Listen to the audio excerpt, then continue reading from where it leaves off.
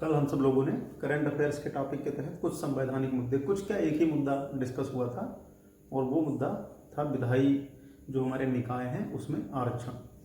तो current affairs की classes को धीरे धीरे करके शुरू किया जाए, संवैधानिक मुद्दों पर ही कुछ डिस्कशन पहले हो जाए, कुछ डिस्कशन वाले टॉपिक होंगे, फिर किसी क्लास में तथ्यात्मक चीज़ें होंगी। तो आज जो एक टॉपिक मैंने अभी उठाया है, यहाँ पे लिया है, वो एक टॉपिक अभी पिछले कुछ महीनों में चर्चा में रहा था, और उस टॉपिक का नाम है राजद्रोह। तो एक हमारी आईपीसी की धारा है 124, ये 124A इसको हम कहते हैं। ये धारा राजद्रोह को परिभाषित करती है। तो ये मामला फिलहाल चर्चा में है। तो क्यों चर्चा में है, इसके कौन कौन से पहलू हैं और क्या पक्ष हैं क्या विपक्ष हैं, इसको हम इसमें जानते हैं। सबसे पहले हाल ही में आपने सुना होगा कि एनआरसी और CAA जैसे विधेयकों को लेकर के भारत में बड़े पैमाने पर विरोध प्रदर्शन हुए। उन विरोध प्रदर्शनों में कई जगह पर राष्ट्र विरोधी नारे लगाए गए या अन्य राष्ट्र विरोधी गतिविधियां उनको मानते हुए कई सारे लोगों पर राजद्रोह जैसी धाराएं लगाई गई हैं। तो जब भी ऐसी धाराएं या ऐसी धारा का प्रयोग होता है तो वो कहीं न कहीं चर्चा में आ जाता है। तो हमें ये जानना है कि आखिर राजद्रोह है क्या और इसका विरोध किस आधार पर होता है। देखिए, राजद्रोह क्या है, पहले इसको हम समझते हैं। तो राजद्रोह को जो आईपीसी है, हमारा इंडियन पीनल कोड है, उसकी धारा 124A में परिभाषित किया गया है। यानी आपको पहला क्वेश्चन यहाँ से तो यही बन सकता है कि राजद्रोह को कहाँ परिभाषित किया गया है, आईपीसी की धारा 124A में। क्या कहा गया है कि ऐसी कार्यवाही जो भारत सरकार के खिलाफ या भारत सरकार के प्रति घृणा या अवमानना उत्पन्न करती हो या ऐसा करने का प्रयास करती हो। यानी यहाँ पे आपको समझना है कि राजद्रोह जो है क्यों चर्चा में हाल ही में रहा है, वो आपने जाना। अब इसकी परिभाषा कहाँ पर है और क्या है। तो आईपीसी की धारा 124A में राजद्रोह को परिभाषित किया गया है, ये आपके लिए महत्वपूर्ण है।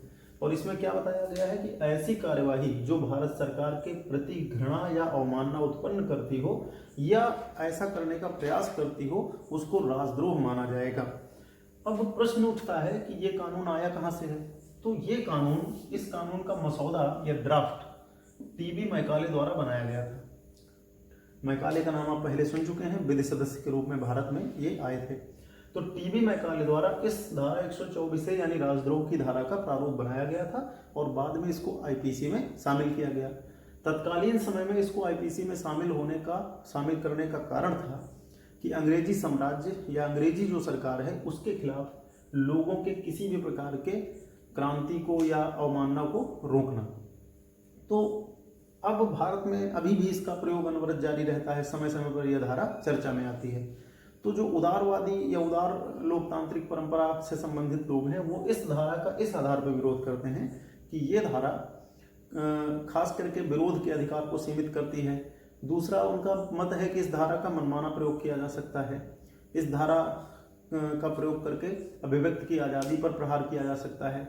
जबकि इसके पक्ष में हम ये कह सकते हैं कि भारत सरकार के खिलाफ या हमारी सरकार के खिलाफ कोई घृणा पैदा करता है या हमारे देश के लिए संकट उत्पन्न करता है या विधि द्वारा स्थापित सरकार को तोड़ने का प्रयास करता है, तो हमें ऐसी धाराओं की जरूरत पड़ती है। इसके पक्ष विपक्ष दोनों आप समझेंगे। तो आपको समझना क्या है कि राजद्रोह क्या है। तो आपने जाना कि भारत सरकार के खिलाफ घृणा या अवमानना उत्पन्न करना या ऐसा करने का प्रयास करना राजद्रोह के तहत आता है। राजद्रोह को आईपीसी की धारा 124A में परिभाषित किया गया है। इस धारा का मसौदा किसने बनाया था, टीबी मैकाले ने बनाया था। औपनिवेशिक कानून है ये या औपनिवेशिक धारा है। अब इससे संबंधित और भी चीजें ध्यान रखेंगे। यदि किसी व्यक्ति के ऊपर राजद्रोह जैसी धाराएं आरोपित होती हैं और यदि साबित होती हैं और साथ ही साथ धारा आरोपित होने पर क्या होता है, तो सबसे पहले ध्यान रखना ये धारा गैर जमानती अपराध के तहत आती है। यानी अगर कोई व्यक्ति राजद्रोह के तहत गिरफ्तार होता है या उस पर ऐसे पुख्ता प्रमाण है कि उसने ऐसा कार्य किया है, तो वो अपराध कैसा होगा, गैर जमानती। दूसरा है कि ऐसे व्यक्ति को जो राजद्रोह का अपराधी पाया जाएगा सरकारी नौकरियों से प्रतिबंधित कर दिया जाएगा, उसका पासपोर्ट समाप्त कर दिया जाएगा या उसे बिना पासपोर्ट के रहना होगा, और जब भी उसे बुलाया जाए तो उसे न्यायालय में उपस्थित होना होगा। हाल ही में और इसके पहले भी कई सारे मामले रहे हैं, जैसे केदारनाथ सिंह मामला है, कन्हैया कुमार मामला है। तमाम मामलों में राजद्रोह कोर्ट में भी पहुंचा है, सुप्रीम कोर्ट में भी पहुंचा है। तो राजद्रोह को लेकर के कोर्ट के द्वारा कुछ और डिसीजन दिए गए हैं जिनके द्वारा राजद्रोह और ज़्यादा पुष्ट होता है, या मतलब ये है कि इन आधार पर ही राजद्रोह लगाया जा सकता है। तो नीचे जो हमारे सुप्रीम कोर्ट के या हाई कोर्ट, विभिन्न हाई कोर्ट के हालिया निर्णय रहे हैं, उनके अनुसार राजद्रोह में और मतलब राजद्रोह की धारा लगाते समय या राजद्रोह में और कौन कौन से तत्व शामिल माने जाएं, तो कोर्ट ने डिसीजन दिया है कि यदि किसी ऐसे कार्य से लोक व्यवस्था का विघटन होता है तो ऐसी स्थिति में धारा 124 का प्रयोग किया जा सकता है, 124A का प्रयोग किया जा सकता है। यानी लोक व्यवस्था का विघटन एक और आधार है जो धारा 124A के प्रयोग को एक प्रकार से वैध बनाता है। इसके अलावा राज्य या जन सामान्य की सुरक्षा को खतरा, यदि कोई व्यक्ति जानबूझ करके किसी जन सामान्य को या राज्य की सुरक्षा को खतरे में डालता है तो उसके खिलाफ इस धारा का प्रयोग किया जा सकता है। और तीसरी चीज इसमें कही गई है कि विधि पूर्वक सरकार या विधि पूर्वक स्थापित सरकार को गिराने का या पतन करने का प्रयास यदि कोई गैर कानूनी तरीके से करता है तो वो भी राजद्रोह के तहत आरोपी हो सकता है। तो ये पूरा एक टॉपिक है, इसको फिर से रिव्यू कर लीजिए। राजद्रोह कहाँ पर है? 124A में है। परिभाषा याद रखनी है। इसका मसौदा किसने तैयार किया था? मैकाले, IPC में आती है। यदि राजद्रोह साबित होता है तो पहली चीज तो राजद्रोह लगने पर यह गैर जमानती अपराध है, सरकारी नौकरी से प्रतिबंधित किया जा सकता है, पासपोर्ट आपका जब्त हो सकता है, बुलाए जाने पर न्यायालय में आपको जाना होगा। और सुप्रीम कोर्ट के अनुसार यदि कोई व्यक्ति लोक व्यवस्था का विघटन, राज्य या जन स्वास्थ्य जन सामान्य की सुरक्षा को खतरा उत्पन्न करे या फिर विधि पूर्वक स्थापित सरकार को एक प्रकार से पतित करने का प्रयास करे तो ऐसे कृत्यों को राजद्रोह माना जाएगा।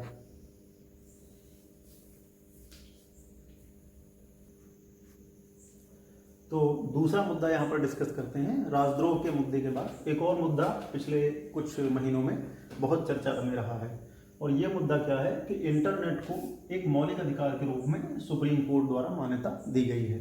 आपके एग्जाम के लिए महत्वपूर्ण मुद्दा है। तो इंटरनेट से आप परिचित हैं और इसका प्रयोग भी आप करते हैं। तो हाल ही में आप इसको देखेंगे, यानी कि अभी क्या है कि इंटरनेट को एक मौलिक अधिकार मान लिया गया है, फंडामेंटल राइट्स मान लिया गया है। और जब कोई अधिकार हमारा मौलिक अधिकार घोषित हो जाता है तो राज्य उस पर युक्त संगत प्रतिबंध ही लगा सकता है, अनिश्चित काल के लिए मनमाना प्रतिबंध नहीं लगा सकता है। तो जम्मू कश्मीर में अभी हाल ही में आपने देखा होगा अनुच्छेद 370 को समाप्त किए जाने के बाद और अन्य कई परिस्थितियां ऐसी रहीं जिनके कारण लंबे समय तक जम्मू कश्मीर में धारा 144 लगाई गई और लोक व्यवस्था, भारत की एकता अखंडता जैसे कारकों को आधार बनाते हुए जम्मू कश्मीर में इंटरनेट को लंबे समय तक प्रतिबंधित कर दिया जाता है, या एक प्रकार से कह सकते हैं कि इंटरनेट का शटडाउन कर दिया जाता है। तो इस पर कई सारे अलग अलग मामले सुप्रीम कोर्ट में गए थे कि इंटरनेट हमारा मौलिक अधिकार है। इस मुद्दे को लेकर के सुप्रीम कोर्ट में कई सारी अलग अलग याचिकाएं पड़ी हुई थी। तो तर्क क्या है, सरकार का क्या पक्ष है और सुप्रीम कोर्ट का क्या पक्ष है, उन चीजों को डिस्कस हम सब करते हैं। यानी यहाँ पर आप देखेंगे जम्मू कश्मीर के मामले पर, या जम्मू कश्मीर में इंटरनेट शटडाउन अनिश्चित काल तक लागू रहने के कारण अनेक सारी याचिकाएं सुप्रीम कोर्ट में गई और सुप्रीम कोर्ट ने उन याचिकाओं पर विचार करते हुए इस चीज को माना है कि इंटरनेट अनुच्छेद 19 फर्स्ट ए के तहत एक मौलिक अधिकार है, यानी कि एक फंडामेंटल राइट्स है। तो आपको ये ध्यान रखना है कि किस अनुच्छेद के तहत इसको मौलिक अधिकार माना गया है। अनुच्छेद 19 फर्स्ट ए। तो 19 जो फर्स्ट ए है इसमें क्या है, भाषण और अभिव्यक्ति की स्वतंत्रता। भाषण और अभिव्यक्ति की स्वतंत्रता के तहत ही प्रेस स्वतंत्र है और इसी के तहत सुप्रीम कोर्ट ने माना है कि इंटरनेट भी एक मौलिक अधिकार है। इंटरनेट पर युक्त संगत प्रतिबंध ही लगाया जा सकता है, अनिश्चित काल के लिए इंटरनेट को बाधित नहीं किया जा सकता। तो सुप्रीम कोर्ट ने यह माना है कि अनुच्छेद 19 फर्स्ट ए के तहत इंटरनेट एक मौलिक अधिकार है। यदि इस पर कोई प्रतिबंध लगता है तो वो अनुच्छेद 19(2). देखिए अनुच्छेद 19 में विभिन्न मौलिक अधिकार बताए गए हैं या विभिन्न प्रकार की स्वतंत्रताएं बताई गई हैं और उन पर प्रतिबंध को अनुच्छेद 19(2) में परिभाषित किया गया है। तो मौलिक अधिकार पर प्रतिबंध लगाया जा सकता है, लेकिन वो प्रतिबंध युक्त संगत होने चाहिए। उन प्रतिबंधों का आधार होना चाहिए। वो प्रतिबंध देश की एकता, अखंडता आदि के आधार पर लगाए जा सकते हैं या लोक व्यवस्था के आधार पर लगाए जा सकते हैं। तो सुप्रीम कोर्ट ने यहाँ पर माना है कि इंटरनेट एक मौलिक अधिकार है और इस पर मनमाना और लंबे समय तक प्रतिबंध लागू नहीं हो सकता, क्योंकि ये भाषण और अभिव्यक्ति की स्वतंत्रता के तहत एक मौलिक अधिकार है। यदि सरकार इस पर कोई प्रतिबंध लगाती है तो उसे अनुच्छेद 19(2) के तहत युक्त संगत तरीके से प्रतिबंध लगाना होगा। अब इसके इतिहास में अगर चलेंगे तो इसके पहले एक बहुत ही प्रसिद्ध मामला हुआ था, फाहिमा शिरीन बनाम केरल राज्य। इसको आप जरूर ध्यान देख लेना, फाहिमा शिरीन बनाम केरल राज्य। तो एक वाद हुआ था फाहिमा शिरीन बनाम केरल राज्य। इसमें केरल हाईकोर्ट ने माना था कि इंटरनेट एक मौलिक अधिकार है और इस बात को सुप्रीम कोर्ट ने भी अब पुष्ट कर दिया है। और फिर बात आती है कि सरकार इस पर कैसे प्रतिबंध लगाती है। तो सरकार ने अभी हालिया में या कुछ साल पहले एक नियम बनाया था, दूरसंचार सेवाओं का अस्थायी निलंबन नियम। दूरसंचार सेवाओं का अस्थायी निलंबन नियम, ब्रैकेट में आपके है लोक आपात या लोक सुरक्षा, यानी कि दूरसंचार सेवाओं को अस्थायी तौर पर निलंबित किया जा सकता है लोक आपात या लोक सुरक्षा के दृष्टिकोण को देखते हुए। और ये नियम आया था 2017 में। और ये नियम जो है वो भारतीय तार अधिनियम 1885, भारतीय तार अधिनियम 1885 की धारा 5(2) का प्रयोग करते समय या 5(2) का प्रयोग करते हुए इंटरनेट शटडाउन करता है। तो सुप्रीम कोर्ट का ये मानना है कि बहुत जरूरी होने पर ही, और अगर इंटरनेट पर प्रतिबंध लगाना भी है तो 19(2) के तहत उसको युक्त संगत तरीके से लगाया जाना चाहिए। इंटरनेट पर लंबे समय तक प्रतिबंध बिना किसी कारण से या उसका स्थायी तौर पे प्रतिबंध जो है वो मौलिक अधिकार का उल्लंघन है। तो ये एक महत्वपूर्ण क्वेश्चन आपके एग्जाम का है, ध्यान रखना होगा कि आपको इसमें आपको क्या क्या क्वेश्चन याद रखने हैं।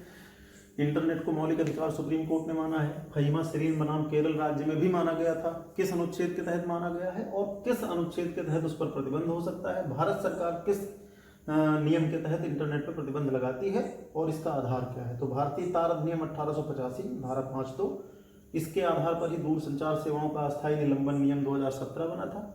इसको चुनौती दी गई, ये माना गया कि तो सुप्रीम कोर्ट ने माना है कि इंटरनेट पर अगर प्रतिबंध लगता है तो उसे अनुच्छेद 19(2) के तहत युक्त संगत तरीके से लगाना होगा, क्योंकि इंटरनेट एक मौलिक अधिकार है और ये अनुच्छेद 19 फर्स्ट के तहत एक मौलिक अधिकार है जो भाषण और अभिव्यक्ति की स्वतंत्रता का ही एक अंग है।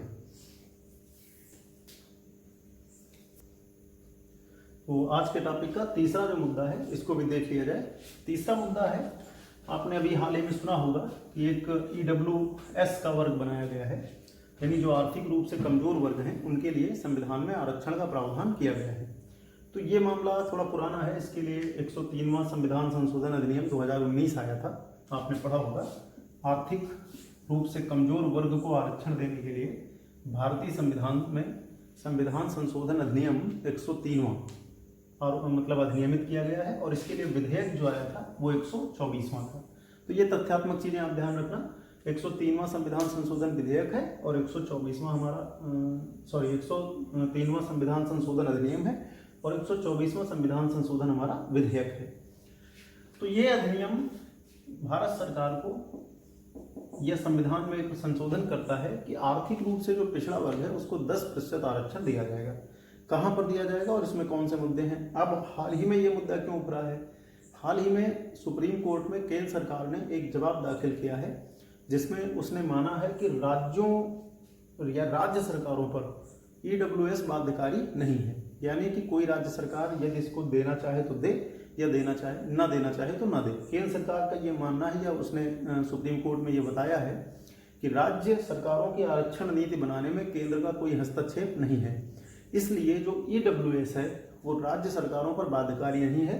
ये राज्य सरकारों की इच्छा पर है कि वो इसे लागू करना चाहती हैं या नहीं लागू करना चाहती हैं। ये एक बड़ा अच्छा पॉइंट आप ध्यान रखेंगे। केंद्र सरकार द्वारा इस मुद्दे पर सुनवाई करते हुए सुप्रीम कोर्ट में यह जवाब दाखिल किया गया है कि EWS आर्थिक रूप से जो 10% आरक्षण दिया गया है आर्थिक रूप से पिछड़े वर्ग को, वो राज्य सरकारों पर बाध्यकारी नहीं है, यानी वो राज्य सरकार की इच्छाओं पर निर्भर है।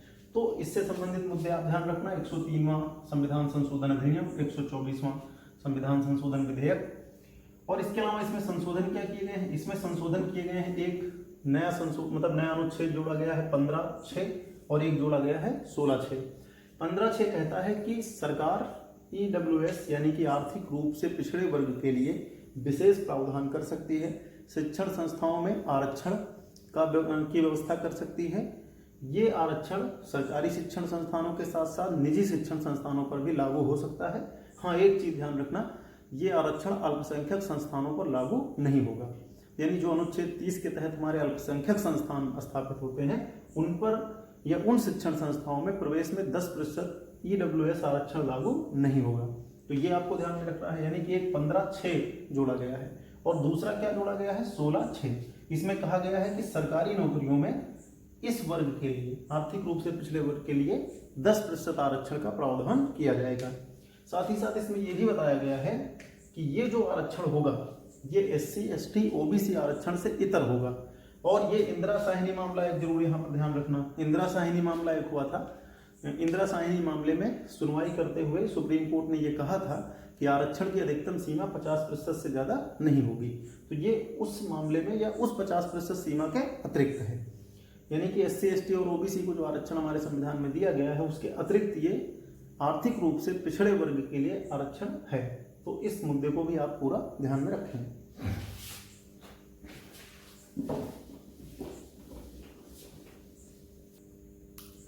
अगला मुद्दा हमारा जो हम सब डिस्कस करेंगे, इसको आप देख लीजिए। अभी हाल ही में हमारे केंद्रीय मंत्रिमंडल द्वारा प्रधानमंत्री की अध्यक्षता में 22वें विधि आयोग के गठन की घोषणा की गई है या 22वें विधि आयोग के गठन का प्रावधान किया गया है। तो विधि आयोग क्या होता है, गठन और इसका उद्देश्य क्या होता है, ये आपके काम के क्वेश्चन यहाँ पे हैं। तो पहला, अभी हाल ही में हमारे केंद्रीय मंत्रिमंडल द्वारा 3 वर्ष के कार्यकाल के लिए, यानी केंद्रीय मंत्रिमंडल द्वारा 3 वर्ष के कार्यकाल के लिए 22वें विधि आयोग के गठन का निर्णय लिया गया है। इसका मतलब यह है कि अब तक 21 विधि आयोग गठित हो चुके हैं। 21वां विधि आयोग गठित हो चुका है, उसका कार्यकाल पूरा हो चुका है और उसके आगे 22वें विधि आयोग का गठन 3 वर्ष के कार्यकाल के लिए करने की संस्तुति केंद्रीय मंत्रिमंडल ने की है। 21वें विधि आयोग के अध्यक्ष बलबीर सिंह चौहान जी थे। तो ये तो डाटा है। अभी हाल ही में क्या हुआ है, 22वें विधि आयोग के गठन का निर्णय केंद्रीय मंत्रिमंडल द्वारा किया गया है। अब इसकी विशेषताएं, एक क्वेश्चन यहाँ से बन सकता है कि विधि आयोग कितने वर्ष के कार्यकाल के लिए गठित किया गया है, तो आप बताएंगे 3 वर्ष। इसके बारे में इसकी कुछ विशेषताएं जान लीजिए। ये एक गैर सांविधिक निकाय है, यानी ये गैर सांविधिक है, सांविधिक नहीं है, गैर सांविधिक निकाय है। अब इसका काम क्या होता है, इसका काम होता है विधिक सुधारों पर रिपोर्ट देना। यानी कि जो विधिक सुधार हो सकते हैं, जो कानूनों में सुधार हो सकते हैं, उस पर अपनी रिपोर्ट देना। और जो भारत सरकार का विधि और न्याय मंत्रालय होता है उसके परामर्शदायी या सलाहकारी निकाय के तौर पे काम करना। तो विधि आयोग मुख्य रूप से विधिक सुधारों पर रिपोर्ट देता है और विधि और न्याय मंत्रालय के परामर्शदायी निकाय के तौर पे काम करता है। जैसे ये अप्रचलित कानूनों को पहचान करके उनको निरसित करने का काम करता है, उनको समाप्त करने की सिफारिश करता है, परामर्शदायी है, ये भी ध्यान रखना है आपको। यानी विधि आयोग कैसा है, परामर्शदायी है। किसका परामर्शदायी है, विधि और न्याय मंत्रालय का, और विधिक सुधारों पर अपनी रिपोर्ट ये प्रस्तुत करता है। ये ऐसे कानूनों की पहचान करता है जो वर्तमान में प्रासंगिक नहीं है और उनको समाप्त करने की सिफारिश करता है। इसके अलावा ये राज्य के डायरेक्टिव प्रिंसिपल्स, नीति निर्देशक तत्वों को आधार बनाते हुए कानूनों की समीक्षा भी करता है। तो ये विधि आयोग का मुख्य तौर पे काम है। यानी अभी कौन सा विधि आयोग गठित किया जाएगा, या गठित करने की घोषणा हो चुकी है, औपचारिक गठन बाकी है। 3 वर्ष के कार्यकाल के लिए 22वें विधि आयोग का गठन किया जाएगा। कार्य आपको ध्यान में रखना है, गैर सांविधिक निकाय है, परामर्शदायी है, कार्यकाल कितना होता है, 3 साल। अब यहाँ पर इतिहास की थोड़ी सी बातें कर लेते हैं। तो आज़ादी के पहले, यानी भारत की आज़ादी के पहले की अगर हम बात करेंगे तो ये मैं आपको पढ़ा चुका हूँ कि 1833 के चार्टर एक्ट के तहत पहली बार विधि आयोग का गठन किया गया था। तो 1833 के चार्टर एक्ट के तहत जो विधि आयोग का गठन किया गया था वो 1834 में किया गया था और उसके अध्यक्ष कौन थे, लॉर्ड मैकाले। यानी तत्कालीन समय में उसके अध्यक्ष कौन थे, लॉर्ड मैकाले। और आज़ादी के बाद यदि आपसे पूछता है, यानी कि भारत की स्वतंत्रता के बाद, तो भारत की स्वतंत्रता के बाद 1955 में विधि आयोग का, यानी स्वतंत्र भारत का पहला विधि आयोग कब गठित किया गया था, 1955 में। और इसके अध्यक्ष कौन थे, MC सीतलवाल। यानी भारत में विधि आयोग की परंपरा बहुत प्राचीन है। 1833 के चार्टर एक्ट के तहत 1834 में लॉर्ड मैकाले ने विधि आयोग का गठन, या लॉर्ड मैकाले की अध्यक्षता में विधि आयोग का गठन हुआ था। लेकिन स्वतंत्र भारत का प्रथम विधि आयोग MC सीतलवाल की अध्यक्षता में 1955 में गठित हुआ था। संरचना देख लीजिए, इसमें एक पूर्णकालिक अध्यक्ष होता है, 4 पूर्णकालिक सदस्य हो सकते हैं और अधिकतम 5 अंशकालिक सदस्य हो सकते हैं। यानी एक इसमें पूर्णकालिक अध्यक्ष होता है। इसका अध्यक्ष सुप्रीम कोर्ट का कोई रिटायर्ड न्यायाधीश या किसी हाई कोर्ट का रिटायर्ड मुख्य न्यायाधीश हो सकता है। सुप्रीम कोर्ट का न्यायाधीश या फिर हाई कोर्ट का मुख्य न्यायाधीश, और 4 पूर्णकालिक सदस्य हैं, इसके अलावा 5 अंशकालिक सदस्य हैं। तो ये विधि आयोग का पूरा ब्यौरा है और अभी 22वें के गठन की घोषणा हुई है। इन चीजों को आप ध्यान रखें।